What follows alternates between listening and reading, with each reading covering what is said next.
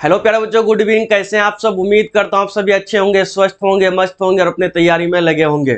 मैं अलीन सर सफल एकेडमी के इस प्यारा सा स्टडी प्लेटफॉर्म में आप सभी का स्वागत करता हूँ। प्यारे बच्चों, तो आज हम लोग आप लोग के सामने दिख रहा होगा कि आज का जो क्लास है हम लोग का पॉलिटिकल साइंस का जो बुक 1 का हम लोग अध्ययन कर रहे थे उसका चैप्टर 2 का क्लास है आज।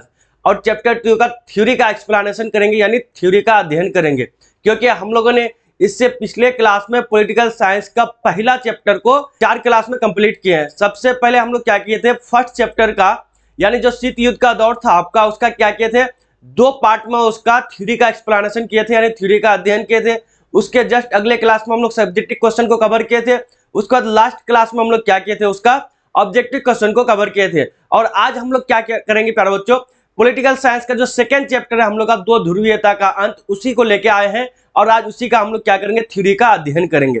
ठीक है, तो एक बार आप लोग फटाफट से बता दीजिए कि आप लोग तक ऑडियो और वीडियो क्लियर पहुंच पा रहे हैं कि नहीं। आप लोग एक बार फटाफट से बता दीजिए।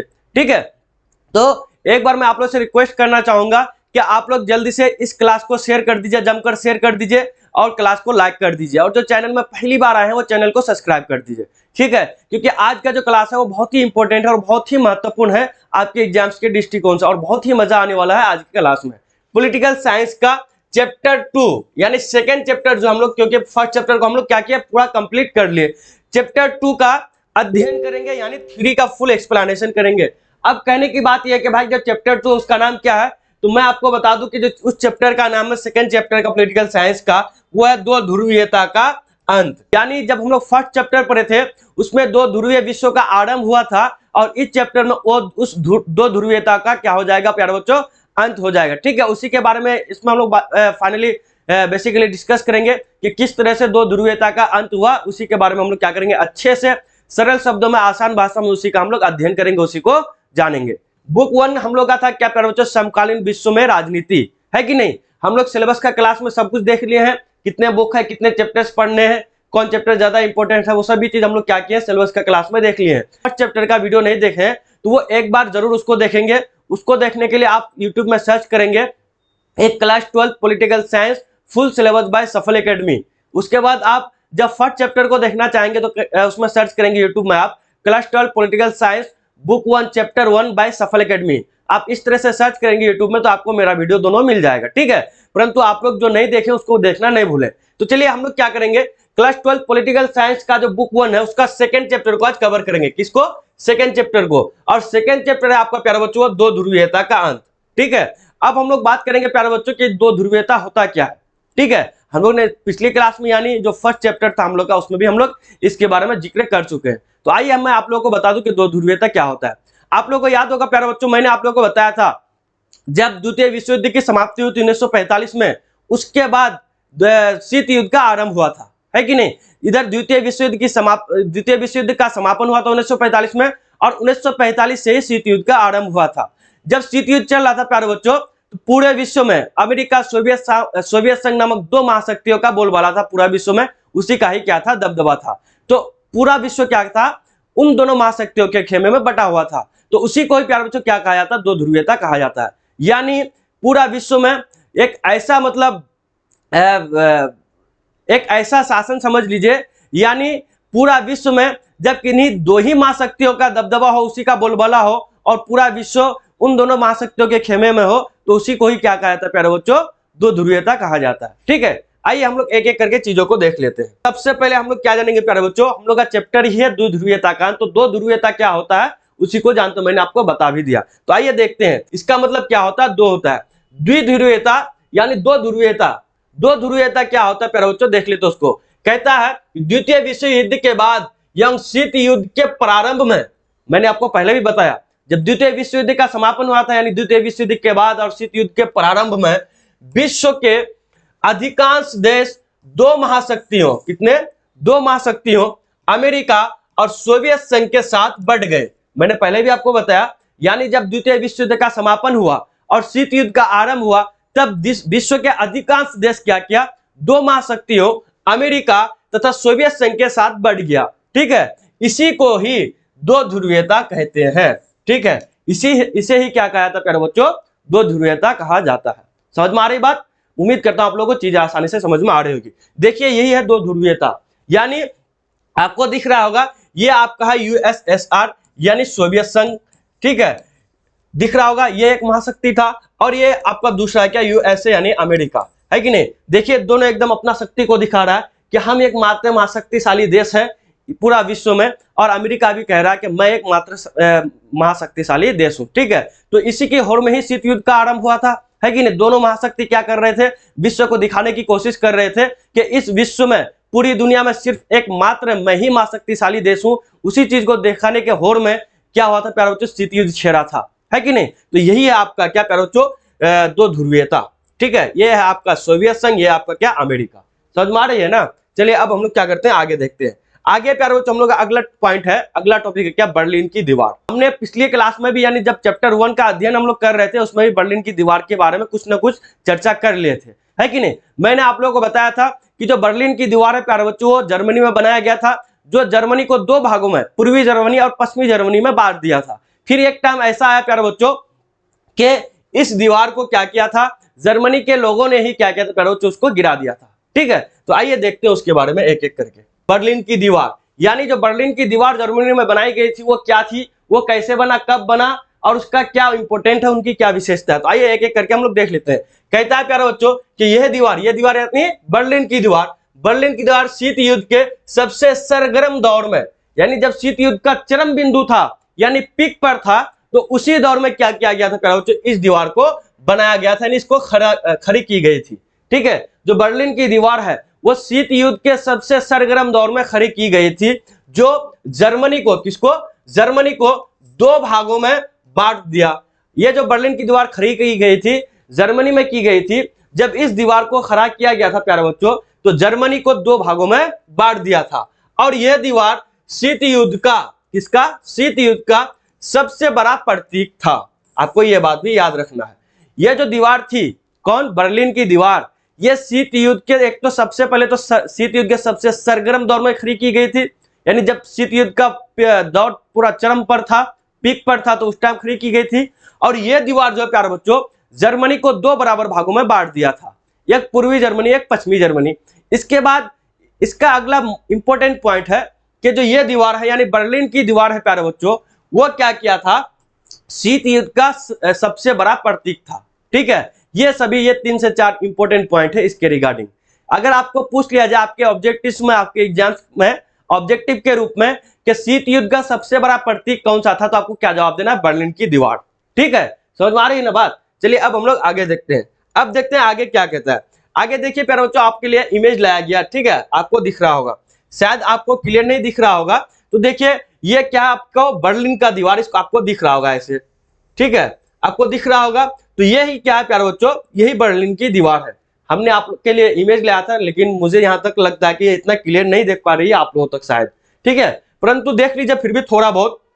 तो यही क्या था प्यारे बच्चों, आप लोगों का बर्लिन का दीवार था, ठीक।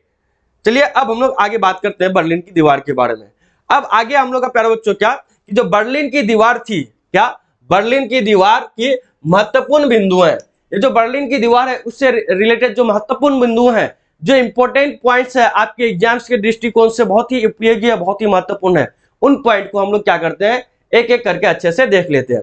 कहता है सबसे पहला पॉइंट है प्यारे बच्चों, इसका निर्माण यानी बर्लिन की दीवार का निर्माण 1961 में हुआ था। हमने आपको उस क्लास में भी बताया था, जो बर्लिन की दीवार है उसका निर्माण कब हुआ था, 1961 में हुआ था, ठीक है। अगला पॉइंट है प्यारे बच्चों कि बर्लिन की दीवार की जो लंबाई है वो 150 किलोमीटर से भी अधिक थी। आपको बहुत ही अच्छे से ये सब पॉइंट याद रखना, क्योंकि सभी पॉइंट बहुत ही इंपॉर्टेंट है, बहुत ही महत्वपूर्ण है आपके एग्जाम्स के दृष्टिकोण से। ये यही सब पॉइंट आपको उठा करके आपके ऑब्जेक्टिव के रूप में आपके एग्जाम में पूछ लिया जाएगा, ठीक है। तो क्या कहता है कि जो बर्लिन की जो दीवार थी वो लगभग, उसकी लंबाई प्यारे बच्चों लगभग 150 किलोमीटर से भी अधिक थी, ठीक है। और आगे कहता है कि ये 28 वर्षों तक खड़ी थी। ये जो बर्लिन की दीवार थी इसको जो बनाया गया था शीत युद्ध के दौरान, शीत युद्ध के प्रारंभ में, तो ये जो है प्यारे बच्चों दीवार लगभग 28 वर्षों तक खड़ी रही, ठीक है। कितने, 28 वर्षों तक। यदि इसकी लंबाई पूछ ले तो आपको क्या जवाब देना है, लगभग 150 किलोमीटर से भी अधिक इसकी लंबाई थी, यानी बर्लिन की दीवार की, ठीक है। अगला पॉइंट है प्यारे बच्चों, और फिर 9 नवंबर 1989 में यानी 1989 में क्या हुआ था, वहां की जनता ने, कौन, वहां की जनता ने, यानी जो जर्मनी में बनाई गई थी ये बर्लिन की दीवार, वहां की जनता ने 9 नवंबर 1989 में क्या किया, इसे तोड़ दिया। ठीक है, किसे तोड़ दिया, बर्लिन की दीवार को तोड़ दिया। आपको यह भी पॉइंट याद रखना है। यदि आपको पूछ ले कि बर्लिन की दीवार किसके द्वारा तोड़ा गया था, तो क्या जवाब देना है, वहां की जनता द्वारा या फिर जर्मनी की जनता द्वारा। कब तोड़ा गया था, तो आपको जवाब देना है 9 नवंबर 1989 में, यानी 1989 में। ठीक है, ये सभी पॉइंट बहुत ही इंपॉर्टेंट है, आपको सभी पॉइंट को अच्छे से याद रखना है। चलिए अब हम लोग क्या करते हैं, आगे बढ़ते हैं। अगला पॉइंट है हम लोग का, यानी अगला टॉपिक है प्यारो हम लोग का, क्या, सोवियत प्रणाली। क्या है, सोवियत प्रणाली। देखते हैं क्या है सोवियत प्रणाली। यानी जो सोवियत संघ था उसके अंदर जितने भी देश थे वो अपना एक प्रणाली बनाया था। तो उसी प्रणाली के बारे में बात करेंगे कि वो प्रणाली क्या था, वो क्यों बनाया गया था। ठीक है, तो आइए हम लोग क्या करते हैं उसके बारे में बात करते हैं। क्या हम लोग का टॉपिक भाई, सोवियत प्रणाली। देखते हैं क्या होता है सोवियत प्रणाली। कहता है कि यह प्रणाली, यानी जो सोवियत प्रणाली है, सोवियत संघ की राजनीतिक, आर्थिक और सामाजिक व्यवस्थाओं को, किसको, सामाजिक व्यवस्थाओं को बनाए रखने वाली प्रणाली थी।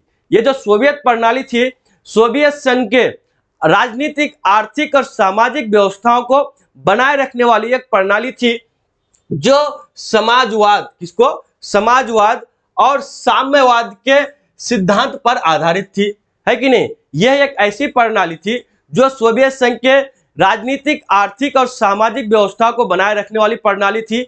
और यह प्रणाली प्यारे बच्चों आपको बता दूं तो समाजवाद और साम्यवाद पर आधारित था। मैंने आपको पहले भी बताया था कि जब हम लोग क्या कर रहे थे प्यारे बच्चों, शीत युद्ध का दौर को पढ़े थे, उस टाइम हम लोग देखे थे कि जो सोवियत संघ और अमेरिका था, दोनों के बीच एक प्रणाली का भी क्या था, मतभेद था। सोवियत संघ चाह रहा था कि हम साम्यवादी अर्थव्यवस्था को चुने, साम्यवादी प्रणाली को चुने, परंतु अमेरिका क्या चाह रहा था, पूंजीवादी अर्थव्यवस्था को चुनना चाह रहा था। तो इसके टकराव की वजह से भी क्या होता, शीत युद्ध का एक कारण था, है कि नहीं। इसका टकराव भी क्या था, शीत युद्ध का एक कारण था।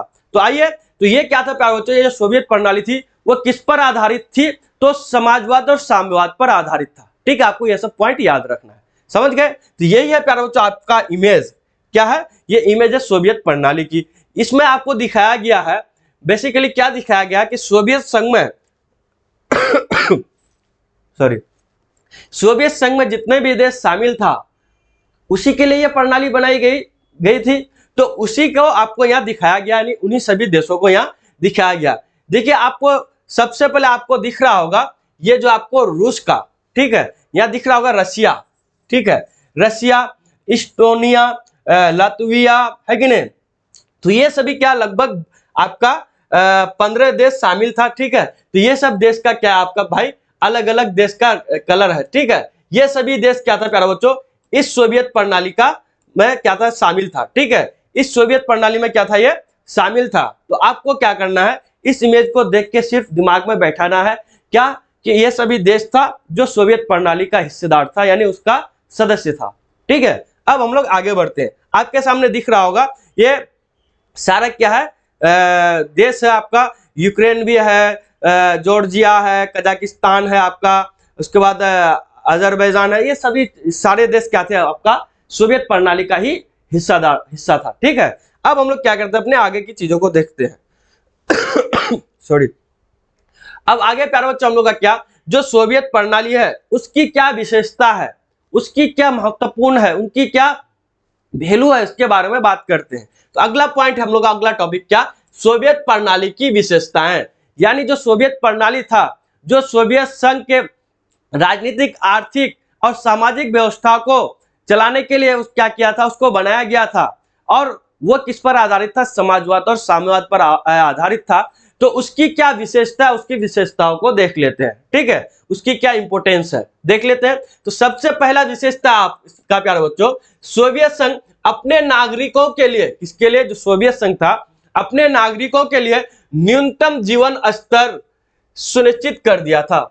इस प्रणाली के अनुसार, इस प्रणाली के द्वारा सोवियत संघ ने क्या किया था, अपने सभी नागरिकों के लिए न्यूनतम जीवन स्तर को सुनिश्चित कर लिया था। तो ये एक विशेषता किसका भाई, ये सोवियत प्रणाली का। अब आगे देखते हैं, अगला पॉइंट कहता है कि स्वास्थ्य, शिक्षा आदि मूलभूत चीजें, जो स्वास्थ्य, शिक्षा, खाना पीना, ये सब क्या होता है, मूलभूत चीजें होती है। तो स्वास्थ्य, शिक्षा आदि मूलभूत चीजें सरकार रियायती दर पर मुहैया कराते थे। यानी जो रियायती दर पर क्या करते थे सरकार, उन लोगों के लिए, अपने वहां के जनता के लिए स्वास्थ्य और शिक्षा की सुविधाएं मुहैया कराते थे किसके द्वारा, इसी सोवियत प्रणाली के द्वारा। ठीक है, अब आगे प्यारे बच्चों हम लोग का क्या, कि उत्पादन के साधनों जैसे कारखानों, जमीन, बैंकों पर क्या, राज्य का स्वामित्व, यानी इन उत्पादनों के जो साधन थे, जैसे बैंक हो गया, जमीन हो गया, इन सभी पर क्या था प्यारे बच्चों, राज्य का स्वामित्व होने लगा, है कि नहीं, यानी उसका क्या होने लगा, अधिकार चलने लगा।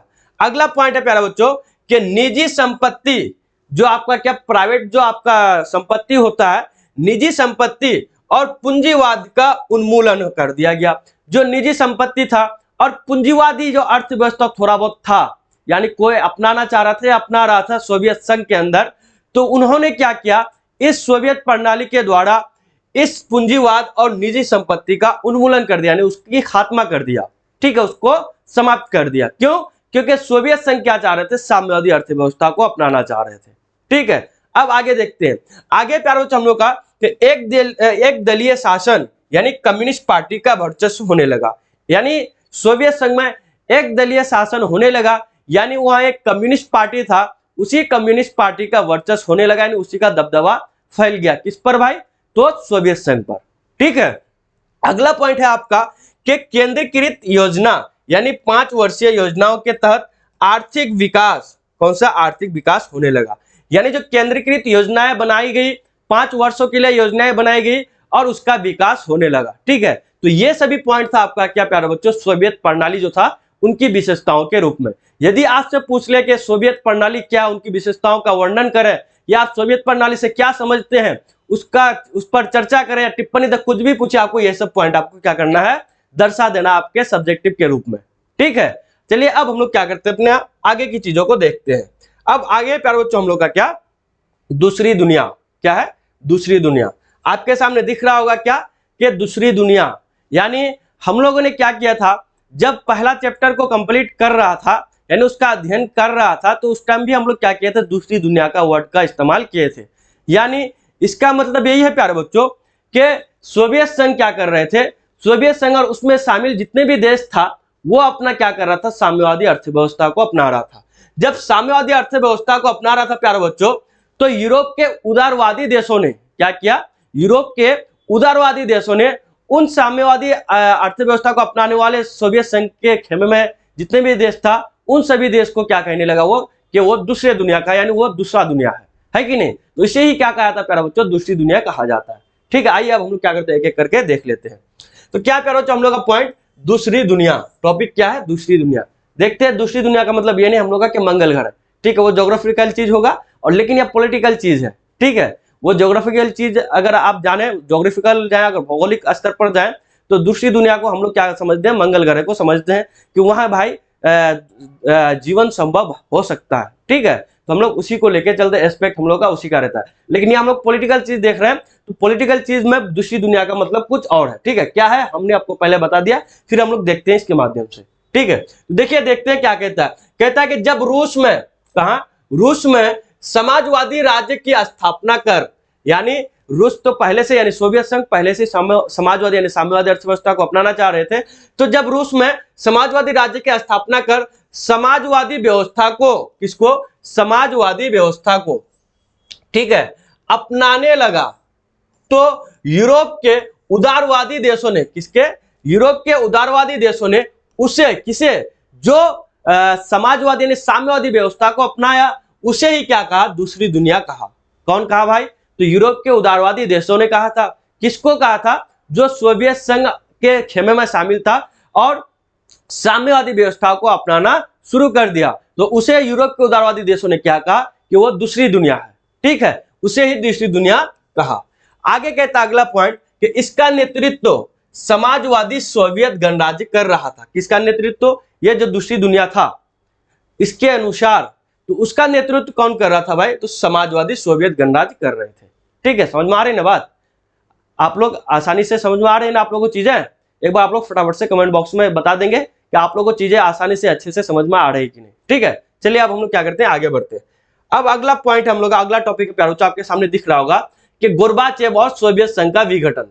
ठीक है, आपको दिख रहा होगा, हमने पहले भी गोर्बाचेव के बारे में बात किया था कि जो मिखाइल गोर्बाचेव थे वो सोवियत संघ का अंतरिम राष्ट्रपति था, यानी सबसे लास्ट राष्ट्रपति बना। और उसी के टाइम पीरियड में ही क्या हुआ था प्यारे बच्चों, सोवियत संघ का विघटन हो गया था। ठीक है, तो उसी को हम लोग देखेंगे यहाँ क्या कि जो गोर्बाचेव है, गोर्बाचेव और सोवियत संघ का विघटन, यानी गोर्बाचेव का उसमें क्या योगदान था, वो जो लास्ट में सबसे अंतिम में राष्ट्रपति बना सोवियत संघ का, तो उसका क्या उसमें महत्व था, उसका क्या योगदान था, और सोवियत संघ का विघटन कैसे हुआ, उसी पर बात करेंगे। तो देखिए आपके सामने दिख रहा होगा, एक इमेज दिख रहा होगा, यही है हमारा क्या महोदय, यानी गोर्बाचेव साहब। ठीक है, यही कौन है, मिखाइल गोर्बाचेव जी हैं। ठीक है, आप देख लीजिए, कहता है यह आपको दिख रहा होगा मिखाइल गोर्बाचेव। ठीक है, कहता है कि यह सोवियत संघ के अंतिम राष्ट्रपति थे। कौन, गोर्बाचेव। गोर्बाचेव सोवियत संघ का अंतिम राष्ट्रपति था। यदि आपको ऑब्जेक्टिव के रूप में पूछ ले कि सोवियत संघ का अंतिम राष्ट्रपति कौन था, तो आपको क्या जवाब देना है, मिखाइल गोर्बाचेव। ठीक है, इनका जो जन्म हुआ था वो 2 मार्च 1931 में हुआ था, और इसकी मृत्यु जो है प्यारे बच्चों 30 अगस्त 2022 में हुआ, बस 2 से 3 साल पहले। ठीक है, 2 साल पहले ही हुआ था। तो इसका जन्म कब हुआ था, 2 मार्च 1931, और इसकी मृत्यु हुई थी 30 अगस्त यानी 2022 को। समझ में आ रही बात। चलिए अब हम लोग देखते हैं इसके बारे में कि इनका क्या भूमिका था, इनका क्या योगदान था, और सोवियत संघ का विघटन कैसे हुआ। ठीक है, सबसे पहला पॉइंट हम लोग के सामने प्यारे बच्चों, और क्या है वो देखते हैं। कहता है कि गोर्बाचेव 1980 के दशक के मध्य में, यानी जो 1980 का दशक था, दशक का मतलब होता है 10 साल, यानी 1980 का दशक यानी 1980 से 1990 के बीच, तो 1980 के दशक के मध्य में सोवियत संघ की कम्युनिस्ट पार्टी के महासचिव बने।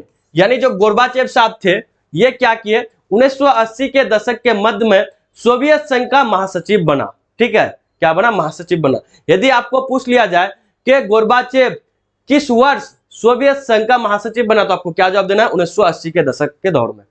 ठीक है, अब आगे देखते हैं। अगला पॉइंट कहता है प्यारे बच्चों कि मिखाइल गोर्बाचेव ने इस व्यवस्था को सुधारना चाहा, यानी जो व्यवस्था सोवियत संघ में चल रही थी, मिखाइल गोर्बाचेव जब महासचिव बना सोवियत संघ का, तो उन व्यवस्था को वो क्या करना चाह रहा था, सुधारना चाह रहा था। जब वो सुधारना चाहा प्यारे बच्चों, तो उन्होंने क्या क्या, कुछ परिवर्तन किया, कुछ नीतियां लाई, परंतु उसको वहां के लोगों को द्वारा, वहां की जनताओं द्वारा, और यहाँ तक कि वहां के कुछ नेताओं द्वारा उसका सपोर्ट नहीं मिला, जिसके वजह से उनकी नीतियों का आलोचना होने लगा, यानी उसका विरोध होने लगा। ठीक है, उसके बाद से क्या हुआ प्यारे बच्चों, उसमें फूट पैदा हो गई और सोवियत संघ का विघटन होने लगा। ठीक है, आइए एक एक करके देखते हैं। कहता है उसके बाद कि गोर्बाचेव ने इस व्यवस्था को सुधारने के लिए पश्चिम के देशों के साथ, कौन, जो पश्चिमी देश था, पश्चिम के देशों के साथ संबंधों को सामान्य बनाने, सोवियत संघ को लोकतांत्रिक रूप देने का फैसला किया। यानी गोर्बाचेव क्या चाह रहे थे कि जो व्यवस्था पहले से है उसको सुधारा जाए, तो उसको सुधारने के लिए उन्होंने क्या किया, पश्चिमी के जो देश था, पश्चिमी देश, उसके साथ क्या किया, अपना संबंधों को सामान्य बनाना चाहा, और जो सोवियत संघ था उसको लोकतांत्रिक बनाने का फैसला किया।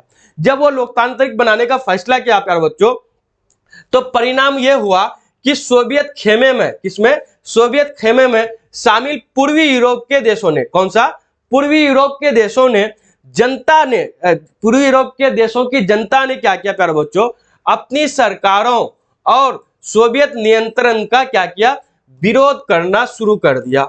मैंने आपको पहले भी बताया, जब मिखाइल गोर्बाचेव साहब ने उस नीति को क्या किया कि उस प्रणाली में सुधार लाना चाहा, और उसके लिए वो परिवर्तन किया कि जो पश्चिमी के जो देश हैं, पश्चिम के देश हैं, उसके साथ अपने संबंध को सामान्य बनाया जाए, टकराव की स्थिति पैदा नहीं किया जाए, उसके बाद जो सोवियत संघ है उसको लोकतांत्रिक बनाया जाए।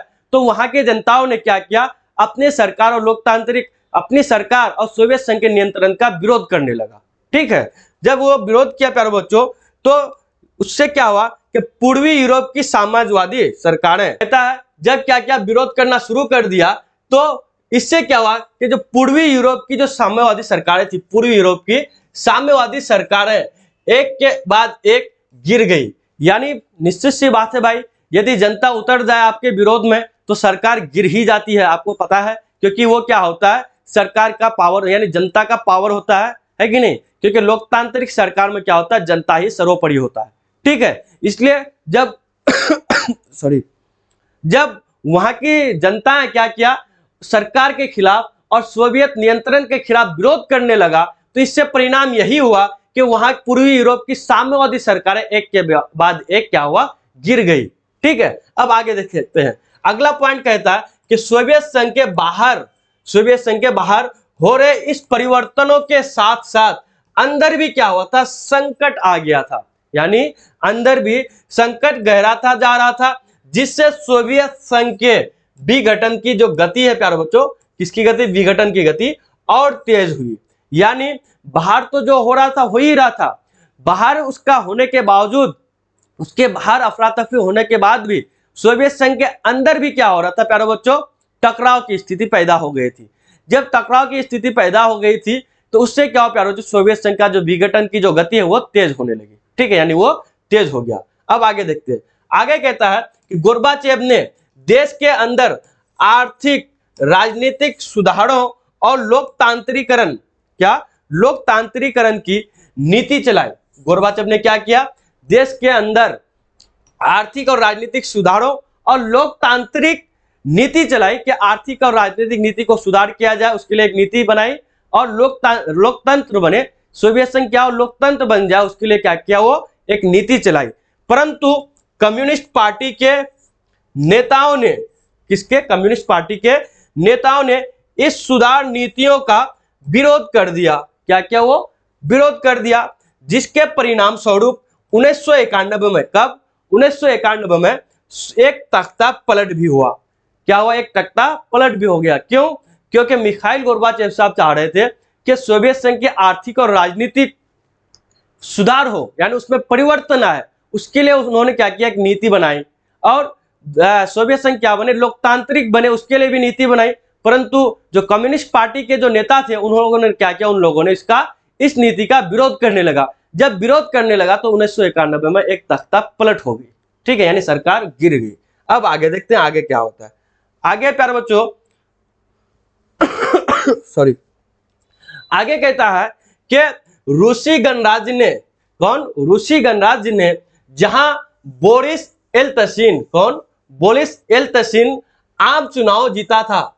यानी रूसी गणराज्य एक गणराज्य था रूस का, जहां बोरिस येल्त्सिन ने आम चुनाव जीता था। वो क्या किया, केंद्रीकृत नियंत्रण को मानने से इनकार कर दिया। यानी जो बोरिस येल्त्सिन साहब था, उन्होंने क्या किया, रूस के एक गणराज्य से आम चुनाव जीता था और वो क्या किया था, जो मिखाइल गोर्बाचेव साहब ने जो नीति बनाई थी केंद्रीकृत नियंत्रण, यानी केंद्र का नियंत्रण रहेगा, तो केंद्रीकृत नियंत्रण को मानने से वो क्या कर दिया, इनकार कर दिया। जब उन्होंने इनकार किया तो सत्ता जो क्या हो प्यारे बच्चों, मास्को से गणराज्यों की तरफ खिसकने लगी। क्या किया, सत्ता मास्को से गणराज्य की तरफ खिसकने लगी। ऐसा सोवियत संघ के उन भागों में हुआ जो ज्यादा यूरोपीकृत था। यानी ऐसा सोवियत संघ के उन भागों में हुआ जो ज्यादा यूरोपीकृत थे।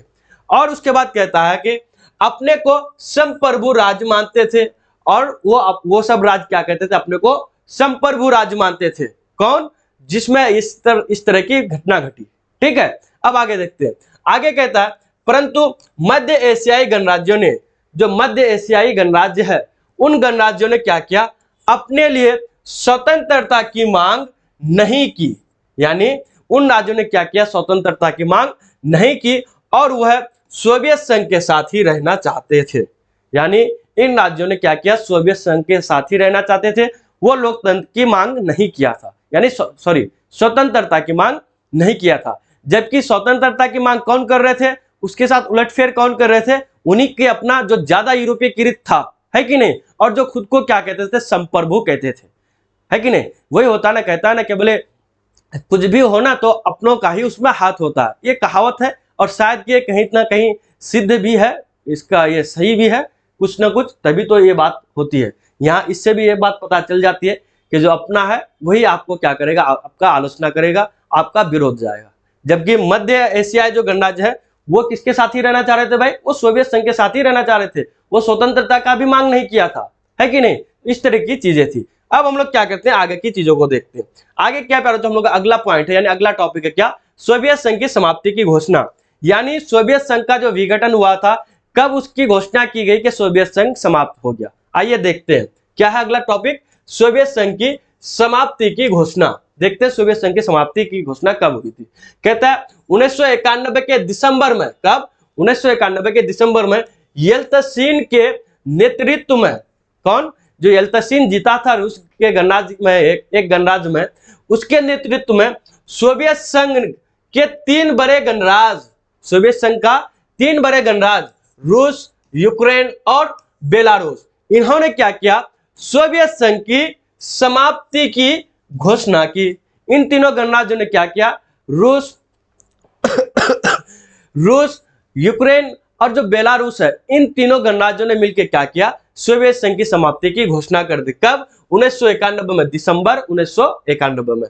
और सोवियत संघ का विघटन हो गया। क्या हो गया? सोवियत संघ का विघटन हो गया, यानी सोवियत संघ टूट गया। यदि आपको पूछा जाए कि सोवियत संघ का विघटन कब हुआ था, तो आपको क्या बताना है? दिसंबर 1991 में हुआ था। ठीक है, तो ये आपका एक इंपॉर्टेंट पॉइंट था। सोवियत संघ का विघटन हो गया, जिसके परिणाम स्वरूप जो कम्युनिस्ट पार्टी है, कम्युनिस्ट पार्टी प्रतिबंधित हो गई और परवर्ती सोवियत गणराज्यों ने क्या किया? पूंजीवाद तथा लोकतंत्र को अपना आधार बनाया। जब क्या हुआ प्यारे बच्चों? सोवियत संघ विघटित हो गया, यानी दिसंबर 1991 में सोवियत संघ का क्या टूटने का जो है घोषणा कर दिया, वो विघटित हो गया।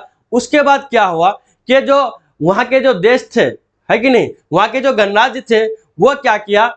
अपना अपना अलग अलग तरीके से वो अपना शासन चलाना शुरू किया। वो क्या किया? पूंजीवाद तथा लोकतंत्र को अपना आधार बनाना शुरू कर दिया। कौन भाई? सोवियत संघ के खेमे में जितने भी देश था। ठीक है, समझ में आ गई बात। यदि आपसे आपके एग्जाम्स में ऑब्जेक्टिव के रूप में पूछ दिया जाए कि भाई जो सोवियत संघ था उसका विघटन कब हुआ था, तो आपको क्या जवाब देना है? 10 दिसंबर 1991 में हुआ था। ठीक है, अगर आपको यह भी पूछ दे कि सोवियत संघ के विघटन की घोषणा किन गणराज्यों ने किया था, तो आपको तीनों गणराज्य का नाम बताना है, रूस, यूक्रेन और बेलारूस। ठीक है, आपके सामने दिख रहा होगा रूस, यूक्रेन और बेलारूस। ठीक है, अब आगे चलते हैं, आगे की चीजों को देखते हैं। आगे प्यारे बच्चों, हम लोग का अगला टॉपिक है क्या? सोवियत संघ का उत्तराधिकारी यानी रूस। उत्तराधिकारी का मतलब होता है प्यारे बच्चों, आप लोगों को पता होगा। मान के चलता हूं कहीं क्या है, राजतंत्र है, यानी राजाओं का ही क्या है? शासन है। मान के चलो, ठीक है, यूरोप के अधिकतर देशों में इसी तरह की चीजें हैं। तो मान लिए किसी देश में राजा का शासन है, तो क्या हुआ? मान ले किसी का दादा अभी क्या है, वहां का राजा है, परंतु अब वो क्या करेगा? अब वो उस योग्य नहीं है कि राज शासन चला सके, तो वो क्या करेगा? ऑटोमेटिक उसका जो बेटा है वो उत्तराधिकारी बन जाएगा, या फिर वो जिसको चाहे उसको उत्तराधिकारी बना सकता है। मान लिया उसका 3 गो बेटा है, अब वो जिस बेटा को चाहे उसका उत्तराधिकारी वो बना देगा। अब उत्तराधिकारी का मतलब है कि जिसको उसने उत्तराधिकारी बनाया, यानी जो दादा थे वो जो शासन कर रहे थे, अब उसने अपने किसी एक बेटे को उत्तराधिकारी बनाया, तो उस दादा के जितना भी कार्यभार था, जितना भी कार्य था, जितना भी लेन देन था, जो भी था, वो सभी क्या होगा? जिसको उत्तराधिकारी बनाया उसके हैंड में आ जाएगा, यानी ये उसके हैंड ओवर हो जाएगा, उसके पक्ष में आ जाएगा। अब वो जितनी भी चीजें वो करते थे, अब वो सभी चीजें इनको करना होगा। उसका जो स्थान था, अब वो स्थान इसको मिल गया। उसका जो कार्य था, वो कार्यभार अब इसको मिल गया, जो उत्तराधिकारी बना। तो ठीक यही है क्या कि सोवियत संघ का उत्तराधिकारी यानी रूस। यानी जब सोवियत संघ का विघटन हो गया, तो उसके बाद रूस को क्या किया प्यारा बच्चों? सोवियत संघ का उत्तराधिकारी बना गया। ठीक है, जब सोवियत संघ का उत्तराधिकारी रूस को बनाया गया, तो मैंने आपको बताया कि उसकी जो जितनी भी कार्यभार था, उसका जितना भी कार्य था, उसका जो जो स्थान था, वो किसके हैंड ओवर हो गया प्यारे बच्चों? रूस का हैंड ओवर हो गया। यानी उसकी जो पोजीशन था, उसकी जो स्थिति थी, अब वो स्थिति रूस का होने लगा। और सोवियत संघ के साथ जो भी लेन देन था, अब वो जिम्मेवारी किसके हैंड में था? वो रूस के हैंड में जिम्मेवारी वो सौंप दी गई।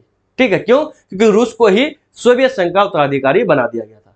ठीक है, अब आइए हम लोग क्या करते हैं, एक एक करके चीजों को देखते हैं। क्या कहता है? सबसे पहला कहता है कि सोवियत संघ का विघटन के बाद, मैंने आपको पहले भी बताया, जब सोवियत संघ का विघटन हो गया, तब उसके बाद क्या किया? रूस को उसका उत्तराधिकारी बना दिया गया। सोवियत संघ का विघटन के बाद रूस को सोवियत संघ का उत्तराधिकारी राज्य बनाया गया। बात तो ये जो मैंने आप लोगों को बताया। यानी जब सोवियत संघ का विघटन हो गया दिसंबर 1991 में, उसके बाद रूस को सोवियत संघ का उत्तराधिकारी बना दिया गया। ठीक है, अब आगे देखते हैं। अगला पॉइंट कहता है कि रूस को, किसको? रूस को सुरक्षा परिषद में, किसमें? जो अंतरराष्ट्रीय सुरक्षा परिषद है, उसमें सोवियत संघ की सीट मिल गई। मैंने आपको पहले भी बताया कि उसका जो भी स्थिति था, उसका जो पोजीशन है, वो पोजीशन अब उत्तराधिकारी को मिल जाएगा। यानी सोवियत संघ का जो स्थिति था वो अब क्या होगा, रूस की स्थिति हो जाएगी। और उसके साथ जो भी कारोबार था, जो भी लेन देन था, कोई वादा किया हुआ था, कुछ भी किया हुआ था, अब वो चीज किसको, उसकी जिम्मेवारी किसको है भाई, जो उसका उत्तराधिकारी बना। तो जब सोवियत संघ क्या था, सुरक्षा परिषद का हिस्सेदार था, यानी उसका सदस्य था, तो अब उसका उत्तराधिकारी रूस बन गया। तो सोवियत संघ का जो सुरक्षा परिषद का जो सीट था वो किसको मिल गया भाई, तो रूस को मिल गया। तो वही बात कहता कि रूस को सुरक्षा परिषद में सोवियत संघ की सीट मिल गई। ठीक है, अब आगे देखते हैं। आगे कहता है कि सोवियत संघ ने जो अंतरराष्ट्रीय करार और संधियां की थी, बिल्कुल वही बात है जो मैंने आपको पहले भी बताया, यानी जो सोवियत संघ था उन्होंने जो अंतरराष्ट्रीय करार और संधियां किया था, जो वो क्या किया था, संधि जोड़ा था, यानी जो भी करार किया था, जो भी वो वादा किया था, वो सभी क्या किया था, उन सबको निभाने की जिम्मेदारी, यानी निभाने की जिम्मा अब रूस का था। बिल्कुल वही बात है जो मैंने आपको पहले बताया था। इसका कहने का मतलब वही है कि सोवियत संघ का जो स्थिति था उसको मिल गया, यानी सॉरी, सुरक्षा परिषद में सोवियत संघ का सीट था, वो सीट किसको मिल गया, रूस को मिल गया। अब सोवियत संघ जो भी अंतरराष्ट्रीय करार किया था, यानी वादा किया था और जो संधियां बनाया था, अब उसको निभाने की जिम्मा किसको मिल गई, रूस को मिल गई। ठीक है, अब आगे देखते हैं आगे क्या कहता है। आगे प्यारे बच्चों हम लोग का अगला पॉइंट है कि सोवियत संघ, क्या जो सोवियत संघ है, सोवियत संघ के विघटन के बाद पूर्ववर्ती गणराज्यों के बीच एकमात्र परमाणु शक्ति संपन्न देश का, किसका, परमाणु शक्ति संपन्न देश का दर्जा रूस को मिला। बात वही है, जब रूस उत्तराधिकारी बना सोवियत संघ का, तो पूर्ववर्ती जो गणराज्य थे, यूरोप के पूर्ववर्ती गणराज्य, उसमें से एकमात्र परमाणु शक्ति संपन्न देश किसको माना गया, रूस को माना गया। ठीक, क्यों, क्योंकि रूस सोवियत संघ का उत्तराधिकारी बना। ठीक है, तो ये था उसका क्या एडवांटेज भी था, और कुछ जो करारें और संधियां था उसको निभाने की भी जिम्मेवारी किसकी थी, रूस की थी। ठीक है, तो ये होता है क्या प्यारे बच्चों, उत्तराधिकारी का महत्व। समझ में आ गई बात ना, उम्मीद करता हूं आप लोगों को चीजें आसानी से समझ में आ रही होगी। चलिए अब हम लोग क्या करते हैं, आगे देखते हैं। अब आगे प्यारे बच्चों हम लोग का क्या, ये देखिए सोवियत संघ एवं विघटन, ये उसका क्या दिखा, ये इमेज है, हो सकता है आप लोगों को ऐसे दिख रहा होगा कि नहीं। देखिए जब सोवियत संघ का विघटन नहीं हुआ था 1922 में, 1922 ईस्वी तक सोवियत संघ देखिए किस तरह से, यानी एक रंग में रंगा हुआ था, यानी उसमें कोई डिवाइडेड नहीं था, उसमें कोई परिवर्तन नहीं हुआ था, उसमें कोई बंटवारा नहीं हुआ था, यानी वो पूरा एक था, कौन, सोवियत संघ। परंतु जब 1991 ईस्वी में क्या हो प्यारे बच्चों, सोवियत संघ का विघटन हो गया, तो देखिए आपको अलग अलग कलर दिख रहा होगा। ये देखिए आपका एक अलग कलर है, ये अलग कलर है, ये अलग कलर है, ये अलग कलर है, ये अलग कलर है, मतलब अनेक उससे जो गणराज्य, जितने भी गणराज्य शामिल थे वो अपना अपना अलग होने लगा। तो ये क्या था प्यारा बच्चों, विभाजन यानी विघटन के बाद की स्थिति है, और ये पहले की स्थिति आपको दिख रहा होगा। आप इस चीज से समझ सकते हैं कि इसकी क्या महत्व है। ठीक है, अब आगे चलते हैं, देखते हैं आगे क्या है। आगे अगला पॉइंट है प्यारा बच्चों हम लोग का, कि जो विभाजन हुआ, क्या हुआ भाई, ये जो विभाजन हुआ सोवियत संघ का विघटन के कारण है। ठीक है, देखिए आपका टॉपिक क्या है, सोवियत संघ के विघटन का कारण। ठीक है, कि सोवियत संघ का जो विघटन हुआ उसका क्या क्या कारण था कि उसके वजह से सोवियत संघ का विघटन हो गया, तो उन्हीं कारणों को हम लोग देखेंगे। ठीक है, चलिए अब हम लोग क्या करते हैं, एक एक करके देखते हैं। सबसे पहला कारण है प्यारे बच्चों आपका कि योग्य नेतृत्व का अभाव। क्या, योग्य नेतृत्व का अभाव। इसका कहने का मतलब है कि सोवियत संघ का नेतृत्व जिसने भी किया उसके अंदर योग्यता की कमी रह गई। ठीक है, यानी वो उस योग्य का नहीं हुआ जो उसका अच्छा से नेतृत्व कर सके, तो योग्य नेतृत्व का अभाव यानी कमी रहा, इसके वजह से क्या हुआ, सोवियत संघ टूट गया, यानी वो विघटित हो गया। अगला पॉइंट है प्यारे बच्चों, कम्युनिस्ट पार्टी का बुरा शासन प्रणाली, यानी वहां जो कम्युनिस्ट पार्टी का शासन था, एक मात्र दलीय शासन होने लगा था, उसका बुरा शासन प्रणाली भी क्या हुआ, सोवियत संघ के विघटन का कारण बना। अगला पॉइंट है भाई कि सोवियत संघ द्वारा नागरिकों की राजनीतिक और आर्थिक आकांक्षाओं को पूरा न करना, यानी जो सोवियत संघ में जो नागरिक थे उन नागरिकों की जो राजनीतिक और आर्थिक आकांक्षाएं था उसको पूरा नहीं किया, कौन, वहां की सरकार है यानी कम्युनिस्ट पार्टी। तो ये भी एक कारण था किसका, सोवियत संघ के विघटन का एक कारण था। अब आगे देखते हैं, आगे कहता है प्यारे बच्चों कि नस्लीय राष्ट्रवाद का उदय, यानी नस्ल के आधार पर राष्ट्रवाद का उदय हो गया, यानी अलग अलग नस्ल के लोग, मतलब नस्ल के आधार पर लोग वहां बंटने लगे। तो ये भी एक कारण था क्या, सोवियत संघ के विघटन का। अगला पॉइंट है प्यारे बच्चों हम लोग का कि सेवक तंत्रीय भ्रष्टाचार, यानी जो सेवक था, जो सेवा कर रहे थे, जो भी अधिकारी थे, उनमें क्या हो गया, भ्रष्टाचारी आ गया, है कि नहीं, वो भ्रष्टाचार बन गया, यानी वो भ्रष्टाचारी करने लगा, वो भ्रष्ट बन गया, है कि नहीं, यानी वो क्या करने लगा, वो सॉरी, वो घुसखोर बनने लगा, वो भ्रष्ट करने लगा, भ्रष्टाचारी करने लगा। कौन? जो वहां सेवक तंत्र था, यानी जो सेवा दे रहा था, नागरिकों का, जनता को सेवा कर रहा था, वही क्या हो गया प्यारे बच्चों, वो भ्रष्ट हो गया, यानी वो भ्रष्टाचारी बन गया, है कि नहीं। तो उन लोगों का सेवक तंत्र, ये भ्रष्टाचार भी क्या था, उसके एक कारण था, यानी सोवियत संघ के विघटन का। अगला पॉइंट है प्यारे बच्चों हम लोग का, वो क्या है कि सोवियत संघ की राजनीतिक आर्थिक संस्थाओं के अंदरूनी कमजोरी, यानी जो सोवियत संघ था उसकी जो राजनीतिक और आर्थिक जो संस्था था उसके अंदर की कमजोरी, यानी उसके अंदर बहुत सारी कमजोरी थी, तो वो कमजोरी भी क्या था प्यारा बच्चों, सोवियत संघ के विघटन का कारण था। यदि आपके क्वेश्चन में पूछ दिए, आपके एग्जाम में सब्जेक्टिव के रूप में आ जाए कि सोवियत संघ के विघटन के किन्हीं कारणों को लिखें या 5 कारणों को लिखें, या फिर बोले कि उनके कारणों का वर्णन करें, तो आपको कुछ भी पूछे, आपको यह सब कारण लिख देना है, आपको आसानी से लिख के आ जाना है अच्छे से, ठीक है। आपका एक भी नंबर नहीं कटेगा यदि आपका हैंडराइटिंग अच्छा है, ठीक है। अब चलिए हम लोग आगे बढ़ते हैं। अब आगे प्यारे बच्चों हम लोग का अगला टॉपिक क्या हम लोग देख लेते हैं। अगला टॉपिक हम लोग का क्या है कि सोवियत संघ के विघटन का परिणाम, यानी जब सोवियत संघ का विघटन हुआ तो उसके बाद उसका क्या परिणाम हुआ, उसका क्या रिजल्ट आया, उसको देख लेते हैं एक बार, ठीक है। तो देखते हैं एक करके। कहता है जब सोवियत संघ का विघटन हुआ तो उसका सबसे परिणाम तो यह हुआ कि भाई शीत युद्ध जो चल रहा था उसका अंत हो गया, ठीक है। तो एक पॉजिटिव परिणाम था, यानी जैसे ही सोवियत संघ का विघटन हुआ उसके बाद क्या हुआ कि अमेरिका एकमात्र पूरा विश्व में एकमात्र महाशक्ति के रूप में उभर के सामने आया, और उससे क्या हुआ, शीत युद्ध का अंत हो गया। क्यों? क्योंकि शीत युद्ध इसलिए चल रहा था प्यारे बच्चों कि अमेरिका जो सोवियत संघ था, दोनों एक दूसरे को यह दिखाने की, मैंने पूरे विश्व को दोनों ये दिखाने की कोशिश कर रहा था कि इस दुनिया में, इस विश्व में एकमात्र मैं ही महाशक्तिशाली देश हूं। परंतु जब सोवियत संघ खुद टूट गया अपने अंदरूनी कारनामों से, तो अमेरिका क्या उसके सामने भारी पड़ गया, और अमेरिका एकमात्र महाशक्ति के रूप में पूरे विश्व में सामने आया। तो इससे क्या हो गया, जब सोवियत संघ का विघटन हुआ तो सबसे पहला तो शीत युद्ध का अंत हो गया। अब आगे देखते हैं, आगे है प्यारे बच्चों कि समाजवाद तथा पूंजीवाद के टकराव का अंत हो गया। हम लोगों को पता है कि जब शीत युद्ध चल रहा था उस टाइम जो अर्थव्यवस्था था उसमें भी टकराव हो रहा था, यानी अमेरिका चाह रहे थे कि हम पूंजीवादी अर्थव्यवस्था को अपनाएं, जबकि सोवियत संघ चाह रहे थे वो क्या, कि समाजवाद को अपनाया जाए। तो इन दोनों में जो टकराव था, जैसे सोवियत संघ का विघटन हुआ तो इन दोनों टकराव, यानी समाजवाद और पूंजीवाद के टकराव का भी क्या हो गया प्यारे बच्चों, वो अंत हो गया। अब आगे देखते हैं, आगे कहता है कि हथियारों की होड़ की समाप्ति। बिल्कुल, जब दोनों आपस में लड़ रहे थे तो ऐसा लग रहा था कि अब परमाणु हथियार का क्या करेगा, इस्तेमाल करेगा, अब दोनों क्या करेगा, वो एक दूसरे के साथ परमाणु युद्ध छेड़ देगा। तो इस तरह से क्या हुआ, जो हथियार की जो होड़ थी उसकी भी समाप्ति हो गई।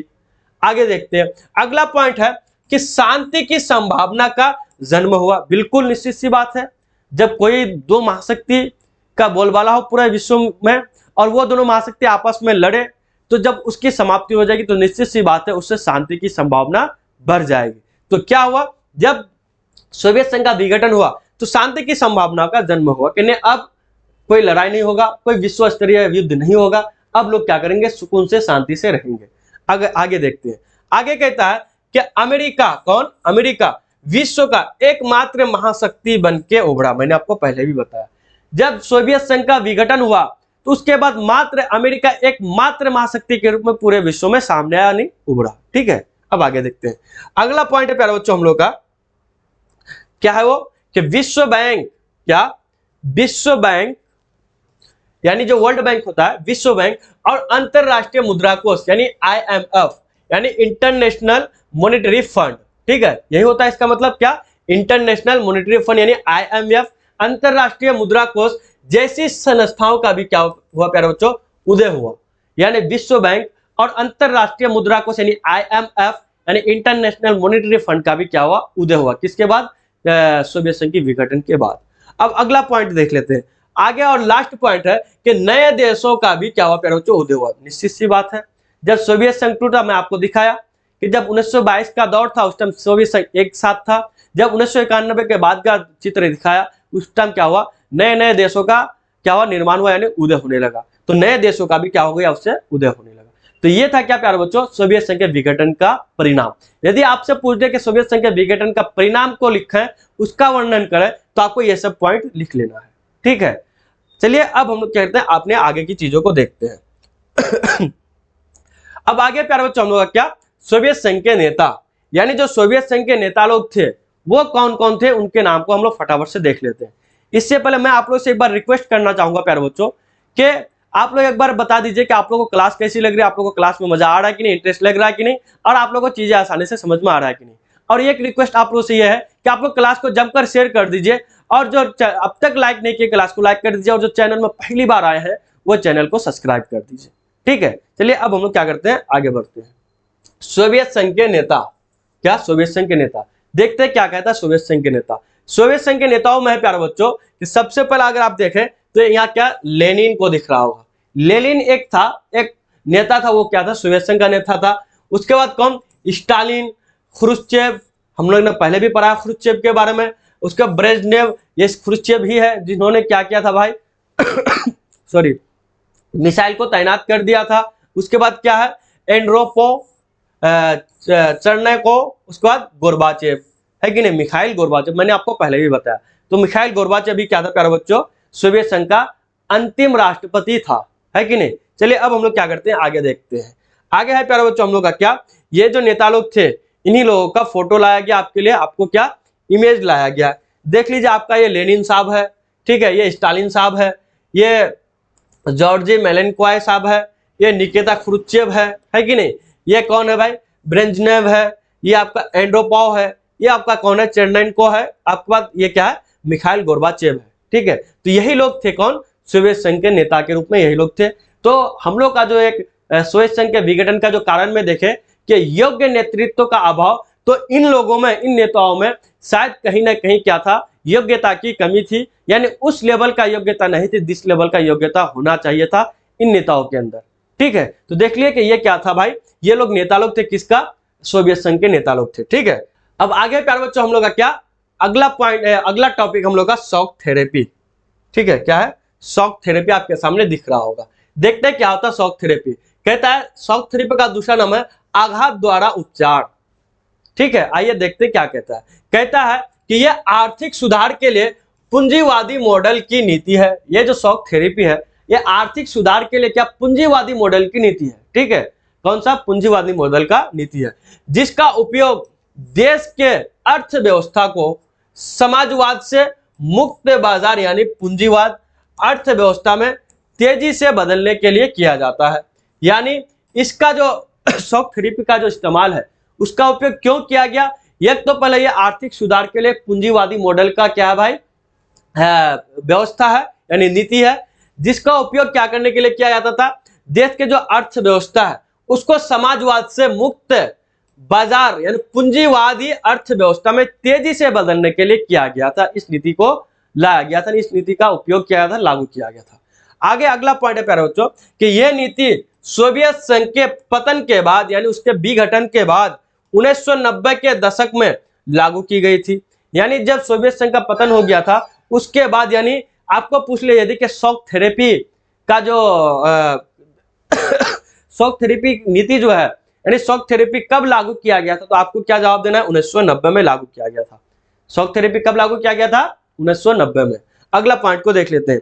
कहता है कि यह मॉडल समाजवादी देशों अर्थात पूर्व सोवियत संघ के गणराज्यों द्वारा, कौन सा, पूरी सोवियत संघ के गणराज्यों द्वारा अपनाया गया था। यह जो मॉडल है कौन सा, शॉक थेरेपी मॉडल, ये मॉडल समाजवादी देशों अर्थात जो पूर्वी यूरोपीय गणराज्य था, कौन, पूर्व सोवियत संघ के गणराज्य था, उन गणराज्यों द्वारा ही इस मॉडल को क्या किया गया था, अपनाया गया था।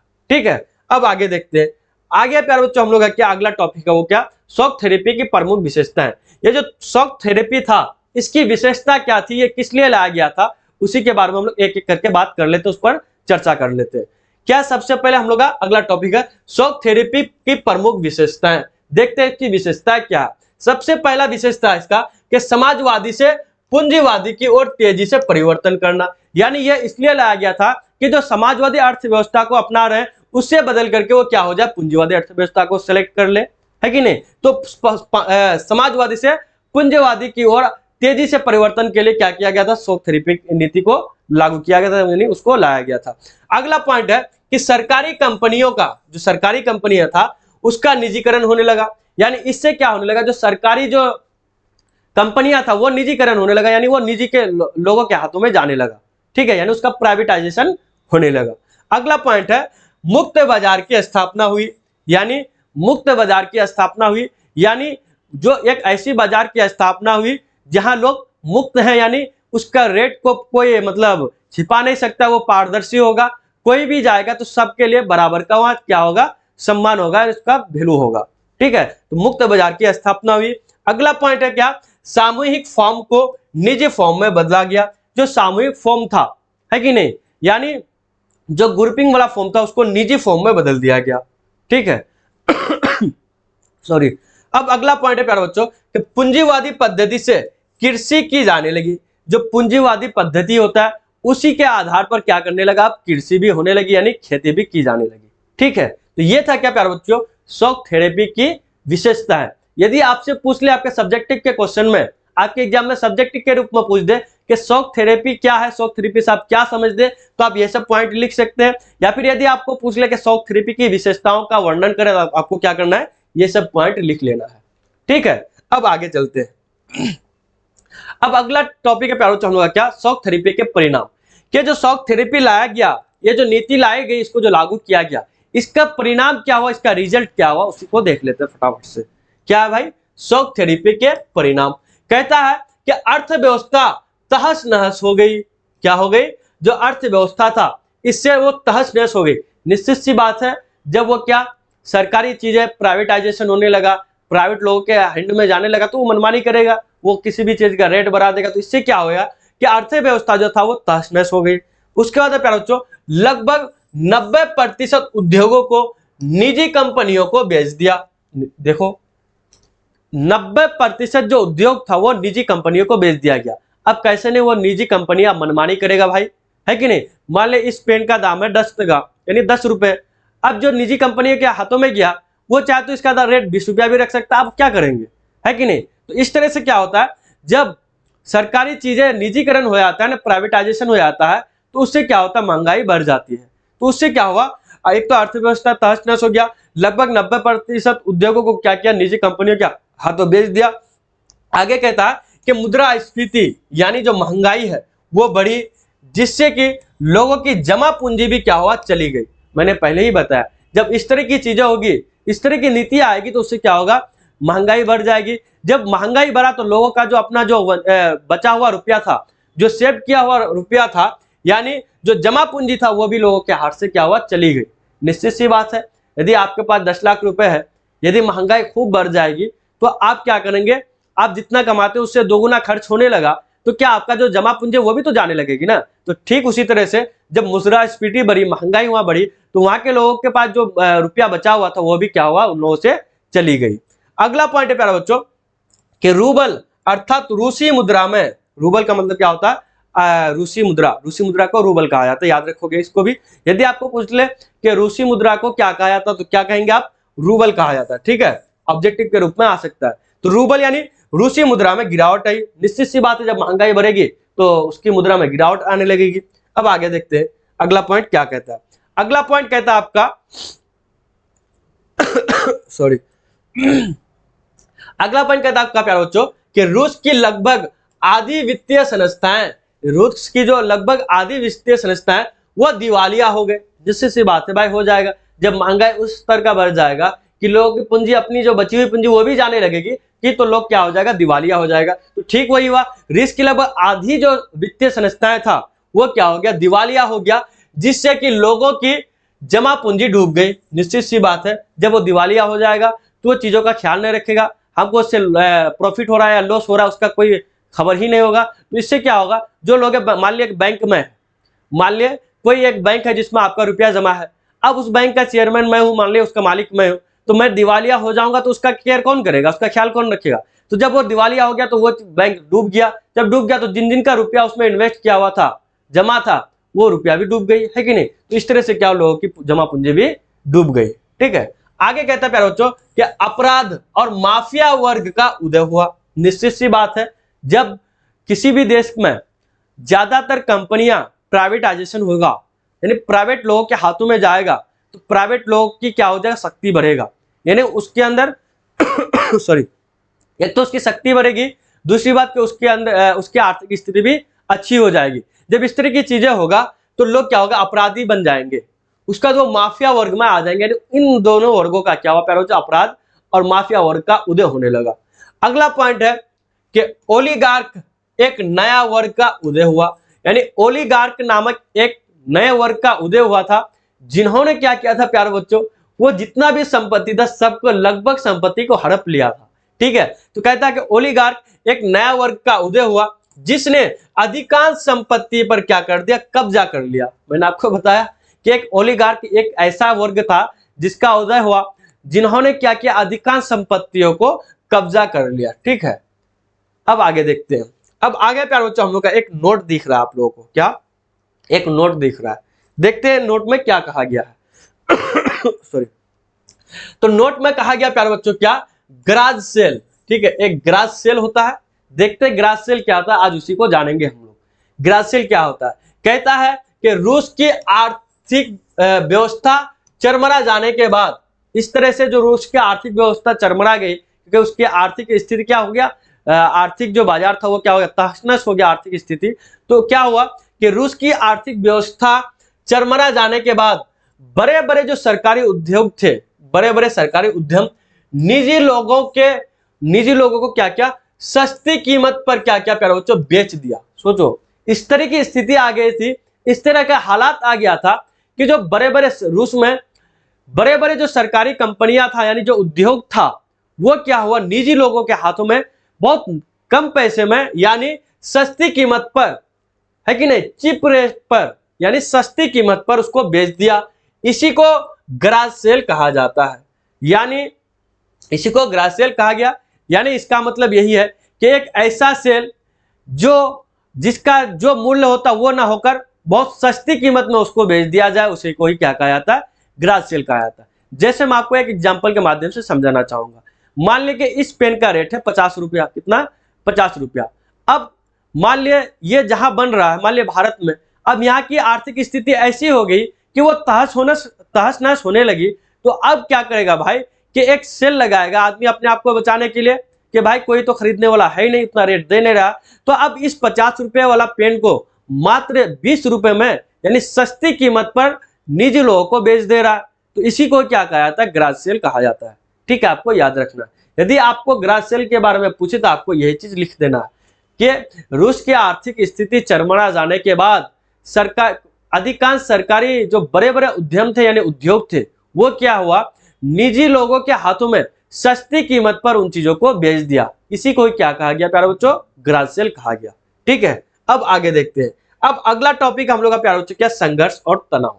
यानी ये सब जो चीजें हुआ, तो ये संघर्ष और तनाव क्या है, उन्हीं चीजों को हम लोग देखेंगे, उन्हीं चीजों पर बात करेंगे। तो हम लोग का टॉपिक क्या, संघर्ष और तनाव। देखते हैं, सबसे पहला पॉइंट है प्यारे बच्चों कि सोवियत संघ के अनेक गणराज्यों ने, जो सोवियत संघ था उसके अनेक गणराज्यों ने गृह युद्ध और बगावत को झाला नहीं, ये झेला हो जाएगा। ठीक है, ये जो सोवियत संघ था उसके अनेक गणराज्यों ने क्या किया था प्यारे बच्चों, गृह युद्ध, यानी एक ऐसा युद्ध जो युद्ध भी ना हो और शांत भी ना हो, यानी वो एक अंदर ही अंदर उलझा हुआ रहे, तो उसे ही क्या कहा जाता है, वो गृह युद्ध कहा जाता है। तो सोवियत संघ के जो अधिकांश गणराज्य था उन्होंने गृह युद्ध को और बगावत को झेला था। ठीक है, आगे देखते हैं। आगे कहता है रूस के 2 गणराज्यों, एक चेचनिया और दागिस्तान ने क्या किया था प्यारे बच्चों, हिंसक अलगाववादी आंदोलन चले। यानी इन दोनों रूसी गणराज्यों में क्या हुआ, हिंसक और अलगाववादी आंदोलन भी हुए। इससे क्या होगा, निश्चित सी बात है, इससे नुकसान ही हुआ होगा। आगे देखते हैं। आगे कहता है प्यारे बच्चों कि मॉस्को ने चेचन विद्रोहियों से, जो मॉस्को था चेचन जो कर रहा था, विद्रोह कर रहा था, उनके चेचन के विद्रोहियों से निपटने के लिए गैर जिम्मेदारी तरीके से सैन्य ताकत को अपनाया, यानी सैन्य बमबारी की। या अब क्या करेगा, अब कि मान लिए कि इस तरह की कोई देश है, कोई गणराज्य है जो इस तरह की अलगाववादी उदारवादी जंग छेड़ दे, जिससे कि आगे की जो उससे जो दूसरे जो गणराज्य वहां भी छेड़ने की संभावना हो उसकी, तो क्या करेगा वो, निश्चित सी बात है कि वो गैर जिम्मेदारी ना तरीका अपनाएगा उसको शांत करने के लिए। तो ठीक उसी तरह से मॉस्को ने किया कि चेचन के जो विद्रोही था उससे निपटने के लिए गैर जिम्मेदारी बर्ताव किया और सैन्य बमबारी किया। क्या किया, सैन्य बमबारी की, जिससे मानवाधिकार का व्यापक उल्लंघन हुआ। निश्चित सी बात है कि कोई भी किसी पर बमबारी नहीं कर सकता बिना कारण के, बिना वजह के। यदि कोई इस तरह से करता तो क्या होगा, कानून का उल्लंघन होगा, यानी नियम का उल्लंघन हो जाएगा। तो ठीक इसी तरह से किया, कौन भाई, मॉस्को ने किया। अब आगे देखते हैं, अगला पॉइंट कहता है प्यारे बच्चों सॉरी, देखते हैं क्या कहता है। कहता है ताजिकिस्तान 10 वर्षों यानी 2001 तक गृह युद्ध की चपेट में रहा। जो ताजिकिस्तान था, कौन, ताजिकिस्तान था, वो 10 वर्ष तक गृह युद्ध के चपेट में रहा, यानी 10 वर्ष तक गृह युद्ध को झेला, कौन, ताजिकिस्तान। ठीक है, तो ये पॉइंट आपका क्या हुआ प्यारे बच्चों, समाप्त हुआ। अब आगे प्यारे बच्चों हम लोग का अगला टॉपिक है, और वो टॉपिक कौन सा है, भारत और सोवियत संघ का आपसी संबंध। यानी हम लोग, हमारा देश जो भारत है उसका सोवियत संघ के साथ किस तरह का संबंध था और वर्तमान में किस तरह का संबंध है, उसी चीज को हम लोग यहाँ करेंगे, एक एक करके देखेंगे, उस पर चर्चा करेंगे। तो आइए देखते हैं।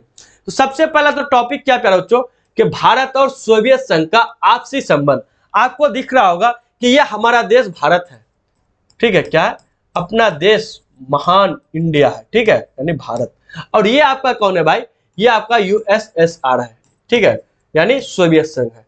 ये आपका अपना भारत है, ये आपका क्या, सोवियत संघ है। तो इन दोनों के बीच आपसी संबंध क्या है, उसी पर हम लोग क्या करेंगे, अभी चर्चा करेंगे। तो आइए एक एक करके हम लोग क्या करते हैं, देखते हैं। तो सबसे पहला पॉइंट दिया हुआ हम लोग आप प्यारे बच्चों, और वो क्या है, कहता है कि शीत युद्ध के दौरान भारत और सोवियत संघ के संबंध बहुत गहरे थे। यानी जब शीत युद्ध चल रहा था उस टाइम हमारा देश भारत और सोवियत संघ का जो संबंध था वो बहुत ही गहरा था। ठीक है, अब एक एक करके देखते हैं। सबसे पहले हम लोग देखेंगे क्या, आर्थिक संबंध को देखेंगे, यानी भारत और सोवियत संघ का जो है आर्थिक संबंध कैसा है, उन दोनों के बीच आर्थिक स्थिति कैसा है, आर्थिक संबंध कैसा, उसी चीज को हम लोग देखेंगे। तो सबसे पहले पॉइंट हम लोग का कि सोवियत संघ ने भारत के भिलाई, बोकारो, उसके बाद क्या विशाखापट्टनम के जो इस्पात कारखाना है, ये सब, इन कारखानों तथा हैवी इलेक्ट्रिकल्स और मशीनरी जो संयंत्र होते हैं उसके लिए आर्थिक और तकनीकी सहायता दी। यानी सोवियत संघ ने क्या किया, भारत को भिलाई, बोकारो, विशाखापट्टनम, ये कई जो इस्पात के कारखाने थे, इन कारखानों को क्या करने के लिए, स्टेबलिश करने के लिए, और हैवी जो इलेक्ट्रिकल्स होता है, उसके बाद जो मशीनरी संयंत्र होता है, उन संयंत्र को और अच्छा करने के लिए, बेहतर करने के लिए क्या किया, तकनीकी सहायता दिया। कौन, सोवियत संघ, किसको, भारत को दिया। तो ये था भारत का सोवियत संघ के साथ संबंध। अब आगे देखते हैं, अगला पॉइंट कहता है प्यारे बच्चों आपका कि भारत में जब विदेशी मुद्रा की कमी थी, यानी जब भारत में क्या, विदेशी मुद्रा की कमी थी, तब सोवियत संघ ने रुपये को माध्यम बनाकर भारत के साथ व्यापार किया। सोचो कितना बड़ा योगदान दिया है सोवियत संघ ने भारत को, अपने देश को। यानी जब हमारे देश में किसकी कमी थी भाई, विदेशी मुद्रा की कमी थी, तब सोवियत संघ ने भारतीय रुपये को माध्यम बनाकर भारत के साथ व्यापार किया, जिससे कि क्या हो सके, भारत में विदेशी मुद्रा बढ़ सके। तो ये योगदान था किसका, सोवियत संघ का। तो ये था संबंध भारत का सोवियत संघ के साथ। अब आगे देखते हैं आगे क्या कहता है। अगला पॉइंट है प्यारे बच्चों हम लोग का, और वो क्या है कि सोवियत संघ रूस ने भारत के अंतरिक्ष उद्योग में, किसमें, अंतरिक्ष उद्योग में भी सॉरी क्रायोजेनिक रॉकेट, कौन सा, क्रायोजेनिक रॉकेट देकर मदद किया। सोच सकते हैं जब हमको अंतरिक्ष की भी बारी आई, वहां भी हम उतने योग्य नहीं थे, तब वहां भी हमको क्रायोजेनिक रॉकेट देकर सोवियत संघ ने मेरा क्या किया, मदद किया, यानी हम भारतीयों का मदद किया। तो यह था सोवियत संघ का भारत के साथ आर्थिक संबंध। ठीक है, अब हम लोग क्या करते हैं, सबसे पहले अब दूसरा टॉपिक हम लोग क्या, राजनीतिक संबंध देख लेते हैं। भारत का सोवियत संघ के साथ राजनीतिक संबंध कैसा था, उस संबंध को देख लेते हैं। क्या है राजनीतिक संबंध, देखिए आपको दिख रहा होगा यहाँ कौन है, सोवियत संघ का एक राष्ट्रपति है, और हम लोग का अपना देश का जो एक बहुत ही पॉपुलर प्रधानमंत्री के रूप में जाने जाते थे वो कौन है, मनमोहन सिंह साहब है। ठीक है, तो इन दोनों का फोटो देखिए, ये क्या है, राजनीतिक संबंध है, और इसके पॉइंट को हम लोग देख लेंगे एक एक करके। तो आइए देखते हैं कि भारत और सोवियत संघ का राजनीतिक संबंध कैसा था, उस चीज को हम लोग फटाफट से देख लेते हैं। सबसे पहला कहता है कि सोवियत संघ ने एक कश्मीर मामले पर, जो कश्मीर मामला पीओके को लेकर हम सभी जानते हैं, तो सोवियत संघ ने इस मामले पर संयुक्त राष्ट्र संघ में भारत के पक्ष में क्या क्या समर्थन किया, सोच सकते हैं। यानी यह मामला क्या हुआ था, अंतरराष्ट्रीय संयुक्त राष्ट्र संघ में चला गया, और वहां क्या हुआ प्यारे बच्चों, जो सोवियत संघ था भारत के पक्ष में समर्थन किया। ठीक है, यह था राजनीतिक संबंध भारत का और सोवियत संघ का। आगे कहता है कि 1971 में भारत पाक युद्ध के दौरान सोवियत संघ ने भारत की मदद की। जब हमारा देश 1971 में पाकिस्तान के साथ युद्ध लड़ रहा था, तब भी सोवियत संघ ने क्या किया, हम देशवासियों का यानी हमारे देश भारत का मदद किया। अब आगे देखते हैं। आगे कहता है कि भारत ने भी सोवियत संघ की विदेश नीति का, भारत ने भी क्या किया भाई, जब इतना सोवियत संघ हमारा मदद कर रहा है हर स्तर से, तो ये तो मेरी भी जिम्मेदारी है ना कि मैं भी उसका कुछ ना कुछ मदद करूं जहां तक मैं योग्य हूं। तो उसी चीज को कहता है कि भारत ने भी क्या किया, सोवियत संघ की विदेश नीति जो है उसका अप्रत्यक्ष रूप से, डायरेक्ट रूप से नहीं, अप्रत्यक्ष रूप से महत्वपूर्ण समर्थन किया।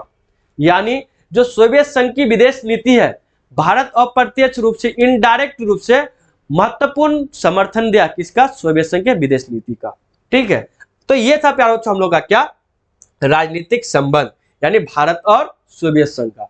अब आगे हम लोग देखते हैं, आगे हम लोग का क्या प्यारे बच्चों, सैन्य संबंध, यानी भारत और सोवियत संघ का सैन्य संबंध कैसा था, उस संबंध को देख लेते हैं। सबसे पहला पॉइंट है प्यारे बच्चों कि सोवियत संघ ने भारत को सैनिक साजो सामान, यानी सैनिक का जो भी सामान होता है, जैसे सैनिक टेक्नोलॉजी, बहुत ही इंपॉर्टेंट है ये, सैनिक टेक्नोलॉजी दिया। सोच सकते हैं जब भारत में सैनिक का साजो सामान न था, यानी सैनिक के पास उतना टेक्नोलॉजी नहीं था, तब सोवियत संघ ने क्या किया, भारत को सैनिक साजो सामान यानी सैनिक टेक्नोलॉजी भी दिया। ठीक है, आगे देखते हैं। आगे कहता है कि सोवियत संघ ने भारत के साथ कई ऐसे समझौते किए जिससे भारत जो है संयुक्त रूप से, क्या संयुक्त रूप से सैन्य उपकरण जैसे हथियार तैयार करने में सक्षम हुआ। सोच सकते हैं आप, यानी सोवियत संघ ऐसे मामले में भी मेरा सपोर्ट किया, हम लोग का, हमारा देश जो भारत है उसको सपोर्ट किया, उसका मदद किया, जब हम लोग क्या सैनिक हथियार यानी किसी हथियार को बनाने के योग्य नहीं थे, तब सोवियत संघ हम लोग का सपोर्ट करके, हम लोग का मदद करके हम लोग को उस हथियार को तैयार करने में सक्षम बनाया, यानी उसके योग्य बनाया। तो सोच सकते हैं सोवियत संघ का कितना योगदान है भारत पर, समझ रहे ना। इसलिए जब रूस और यूक्रेन का युद्ध हो रहा था, इसलिए भारत कुछ भी नहीं बोल रहा था, रूस को कुछ नहीं कर रहा था। क्यों? क्योंकि इस तरह की मित्रता बहुत ही कम पाई जाती है। इस तरह से जब सोवियत संघ हमारा मदद कर रखा हो तो मैं कैसे उसके अगेंस्ट में चले जाऊं, इस वजह से भारत उसको लेके कुछ नहीं बोल रहे थे। ठीक है, अब आगे चलते हैं। अब आगे प्यारे बच्चों लोग अगला टॉपिक क्या, सांस्कृतिक संबंध है कि नहीं सॉरी, तो कल्चरल जो रिलेशनशिप वो क्या है, देखते हैं क्या सांस्कृतिक संबंध। कहता है कि हिंदी फिल्म और भारतीय संस्कृति सोवियत संघ में लोकप्रिय थे। सोच सकते हैं जो हमारे देश में जो हिंदी फिल्म बनते हैं और क्या जो हमारे देश की जो संस्कृति है वो सोवियत संघ में लोकप्रिय था। सोच सकते हैं, ये होता है संबंध, ये होता है एक दूसरे की दोस्ती की पहचान। चलिए अब आगे देखते हैं। आगे प्यारे बच्चों हम लोग का क्या, अब वो टॉपिक हम लोग का समाप्त हो गया। आगे हम लोग का क्या, पूर्व साम्यवादी देश और भारत। जो पहले के जो साम्यवादी देश थे और भारत था उसका क्या संबंध था, उसी को देखेंगे सॉरी, तो क्या टॉपिक है प्यारे बच्चों, पूर्व साम्यवादी देश और भारत। देखते हैं इन दोनों के बीच क्या संबंध था, कैसा संबंध था। सबसे पहला पॉइंट है कि भारत ने साम्यवादी रह चुके सभी देशों के साथ अच्छे संबंध कायम किए, परंतु रूस के साथ, किसके साथ, रूस के साथ गहरे संबंध है। यानी जितने भी साम्यवादी देश रह चुके हैं भारत उन सभी साम्यवादी देशों का क्या किया था, समर्थन किया था, उसके साथ मित्रता का भावना रखते थे। परंतु रूस एक ऐसा देश था जिसके साथ भारत का गहरा संबंध था। ठीक है, अब आगे देखते हैं। आगे कहता है कि भारत के विदेश नीति का, भारत का जो विदेश नीति था उसका एक महत्वपूर्ण पहलू भारत का रूस के साथ अच्छा संबंध का होना, यानी हमारे देश का जो विदेश नीति है उसका क्या होना, महत्वपूर्ण पहलू यह था कि भारत का रूस के साथ अच्छा संबंध है, इसलिए भारत का जो विदेश नीति है वो अच्छा है। ठीक है, अब आगे देखते हैं। अगला पॉइंट है प्यारे बच्चों, भारत और रूस दोनों का सपना बहुध्रुवीय विश्व का है। यानी जो भारत और रूस है दोनों का सपना है कि बहुध्रुवीय विश्व बने। जिस तरह से अभी क्या प्यारे बच्चों, मात्र एक ध्रुवीय विश्व का आरंभ है कि नहीं, एक ध्रुवीय विश्व है। क्यों? क्योंकि पूरे विश्व में, पूरी दुनिया में मात्र अमेरिका एक महाशक्तिशाली देश है। तो भारत और रूस का सपना है कि भाई सिर्फ अमेरिका ही एक महाशक्तिशाली देश के रूप में ना रहे, उससे ज्यादा भी, यानी कम से कम 2 से 3 से ज्यादा महाशक्तिशाली देश इस विश्व पर अपना दबदबा कायम करे, जिससे कि क्या हो सके, यदि कोई एक ही महाशक्तिशाली होगा तो वो क्या कर सकता है, वो सॉरी यदि पूरे विश्व में किसी एक ही महाशक्ति का दबदबा होगा तो वो हो सकता है क्या हो जाए प्यारे बच्चों, वो क्रोधित हो जाए, वो मनमानी करने लगे, वो कुछ भी करने लगे। इसलिए यदि एक से अधिक होगा तो उससे क्या होगा कि लोग स्वतंत्रता के रूप में, यानी स्वतंत्र बनकर फैसला लेंगे, अंतरराष्ट्रीय मुद्दों का सही से कार्य करेंगे। ठीक है, इसलिए भारत और रूस का सपना है कि विश्व में क्या हो, बहुध्रुवीय विश्व का आरंभ हो, यानी एक से अधिक महाशक्ति के रूप में विश्व में क्या हो, उसका प्रभाव रहे। ठीक है, ताकि अंतरराष्ट्रीय स्तर पर कई शक्तियां, मैंने वही बताया, कई शक्तियां मौजूद हो, वही बात है। ये इन दोनों का सपना इसलिए बहुध्रुवीय विश्व का, ताकि अंतरराष्ट्रीय स्तर पर कई शक्तियां मौजूद हो, जिससे कि अंतरराष्ट्रीय संघर्षों का, जो अंतरराष्ट्रीय संघर्ष होता है उसका समाधान बातचीत के द्वारा हो सके।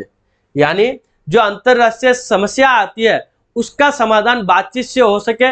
ये तभी होगा जब एक से अधिक महाशक्ति पूरे विश्व में होगा, क्योंकि जब एक ही महाशक्ति विश्व में है तो वो जो चाहे वो कर सकते हैं, उसका मन जो करे वो कर सकते हैं, उसके साथ कोई बात करने वाला नहीं है। परंतु जब 3, 4, 5 अगर महाशक्ति होंगे तो ये फैसला उन पांचों के सहयोग से होगा, उन पांचों की रजामंदी से होगा। यानी जब वो एग्री होंगे पांचों तभी होगा, या फिर उसमें जो क्या कहते हैं बहुमत होगी, बहुमत से उसका क्या होगा, उसका निर्णय लिया जाएगा। इसलिए वो क्या होगा, स्वतंत्र रूप से बातचीत के माध्यम से उन मामलों का फैसला हो सकता है। परंतु जब एक ही महाशक्ति है इस विश्व में तो वो जो चाहे वो करेंगे, उसका मन जो कहेगा वो वही करेगा। इसलिए क्या चाहते हैं, भारत और जो रूस है वो बहुध्रुवीय विश्व को अपनाना चाहते हैं। ठीक है, अब आगे चलते हैं। आगे क्या प्यारे बच्चों, आगे देखते हैं। अगला पॉइंट है हम लोग का क्या, बहुध्रुवीय यानी मल्टीपोलर। जो बहुध्रुवीय है वो होता क्या है, मैंने आपको बता भी दिया। अब फिर हम लोग क्या करेंगे, एक अलग टॉपिक के रूप में उसको देख लेते हैं। क्या भाई, बहुध्रुवीय यानी मल्टीपोलर। तो बहुध्रुवीय क्या होता है, मैंने आपको बताया, जब विश्व में एक नहीं एक से अधिक महाशक्ति का क्या हो, दबदबा हो, वही क्या कहलाता है, बहुध्रुवीय कहलाता है। ठीक है, आइए उसको एक एक करके देख लेते हैं। कहता है ये एक ऐसी स्थिति को दर्शाती है जहां वैश्विक शक्ति जो है, जो विश्व की शक्ति है, वो कई देशों या गुटों में बटी होती है। मैंने वही बात बोला है कि नहीं, कि ये एक ऐसी स्थिति को दर्शाती है जो वैश्विक शक्ति होता है, जिससे वैश्विक जो शक्ति होता है, विश्व की जो ताकत होती है, वो क्या एक नहीं एक से अधिक देशों या गुटों में वो क्या हो, बटी हुई हो।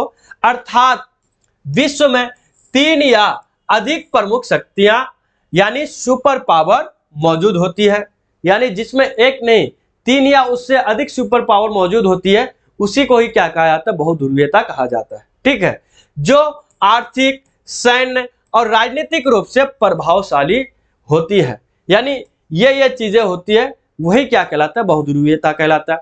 यानी विश्व में एक ऐसी स्थिति हो, यानी ऐसी राजनीति हो, जो पूरे विश्व की जो ताकत है वो 3 या उससे अधिक देशों या गुटों में बटी हुई हो, है कि नहीं। और वो तीनों जो 3 या उससे जो अधिक गुट होंगे या देश होंगे, वो क्या हो, आर्थिक, सैन्य और राजनीतिक रूप से प्रभावशाली हो, उसका प्रभाव पूरा विश्व में रहे। तो यही क्या कहलाता है प्यारे बच्चों, आपका मल्टीपोलर यानी बहुध्रुवीयता कहलाता है।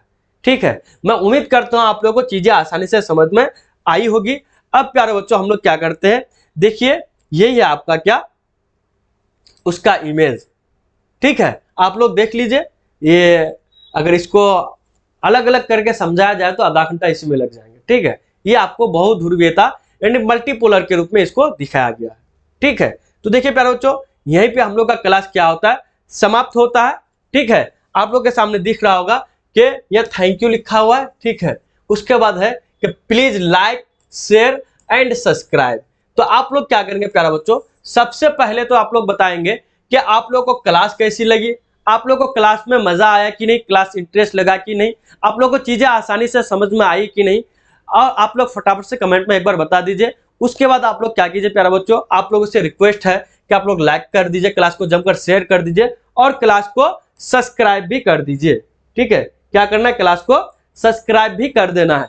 ठीक है, इसलिए आप लोग इस चीज को भूले नहीं, आप लोग ये चीज जरूर करें। ठीक है, तो प्यारे बच्चों ठीक है, फिर मिलते हैं हम लोग अगले क्लास में, क्योंकि आज का जो हम लोग का थ्योरी का क्लास था यहीं पे समाप्त होता है। फिर हम लोग क्या करेंगे, इसके अगले क्लास में इस चैप्टर का सब्जेक्टिव क्वेश्चन जितने भी बनते हैं उसको लेके आएंगे। फिर मिलेंगे हम लोग इसी उत्साह और एनर्जी और जोश के साथ अपने अगले क्लास में। तब तक के लिए जय हिंद, जय भारत।